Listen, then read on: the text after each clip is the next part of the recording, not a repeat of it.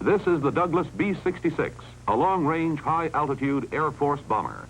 And here is the first man ever to fly this plane, Johnny Martin, chief test pilot for Douglas Aircraft. Johnny recently added another first to his list of credits when he became the very first man to drive a 1957 Ford across the country. Naturally, in the months to come, there'll be thousands of new Ford owners making this trip.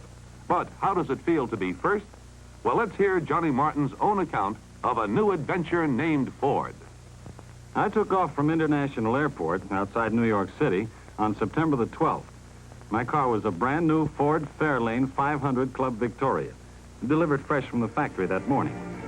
Well, by the time I got to the George Washington Bridge leading out of the city, I knew I was in for a lot of fun. This 57 Ford is a real big car, but it handles like a Thunderbird and rides smooth as a jet through a cloudless sky.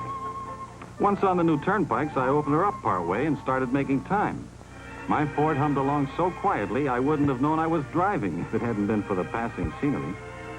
Outside Pittsburgh, I ran into a rainstorm, but I was just as warm and dry inside the Ford as if I were flying over the weather. Those new wider tires sure keep a tight grip on a wet road, too. Pennsylvania, Ohio, then down across southern Illinois and into Missouri, and I was still having the time of my life. When I'm flying, I sometimes look down and wonder what it would be like driving on roads like this. Well, now I know. In a Ford, it's great. On any road. Funny thing happened here in Oklahoma. I'd been cruising along well within the speed limit when two highway patrolmen stopped me. No ticket. They just wanted to take a closer look at this new kind of Ford. I couldn't blame them because it sure is a beauty.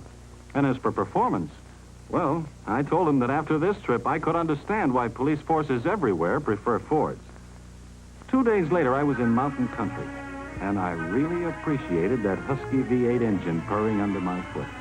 I'd have to get back in a jet to beat this Ford's climbing power. And man, how it took those curves.